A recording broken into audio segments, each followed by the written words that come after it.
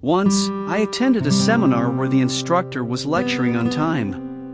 At one point, he said, "Okay, time for a quiz." He reached under the table and pulled out a wide-mouthed gallon jar. He set it on the table next to a platter with some fist-sized rocks on it. "How many of these rocks do you think we can get in the jar?" he asked. After we made our guess, he said, "Okay, let's find out."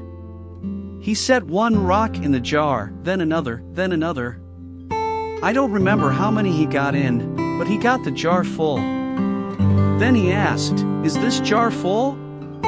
Everyone looked at the rocks and said, "Yes." The trainer said, "Ah." He reached under the table and pulled out a bucket of gravel. Then he dumped some gravel in and shook the jar, and the gravel went in all the little spaces left by the big rocks. Thereafter he grinned and said once more, "Is the jar full?" By this time the participants guessed the answer from past experience. "Probably not," we said. "Good," he replied. Then he reached under the table and brought out a bucket of sand and started dumping the sand in the jar. It went into all of the little spaces left by the rocks and the gravel. Once more he looked and said, "Is this jar full?" "No," we roared.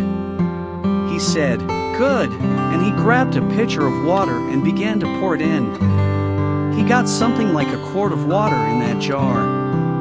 Then he said, "Well, what's the point?" Somebody said, "Well, there are gaps, and if you work really hard you can always fit some more things into your life." "No," he said, "that's not really the point. The point is this. Put the big rocks in first." The trainer continued, "Now, I want you to recognize that this jar is your life. The fist-sized rocks are the important things, your physical and mental health, your family, your life partner and children, anything that is so important to you that if it were lost, it will make a big impact on your life and you would be nearly destroyed. The gravels are the other things in life that matter, but lesser than the above ones. The gravels represent things like your career, job, house, friends, social connections, or car. The sand is everything else, the other small stuff in life. If you put the sand or the pebbles into the jar first, there is no room for the rocks. That's why I said, the point is, put the big rocks in first." He continued, "I hope now you understand, the same goes for your life. If you spend all your energy and time on the lesser important small stuff and materialistic things, you will never have space for the things that are truly most important.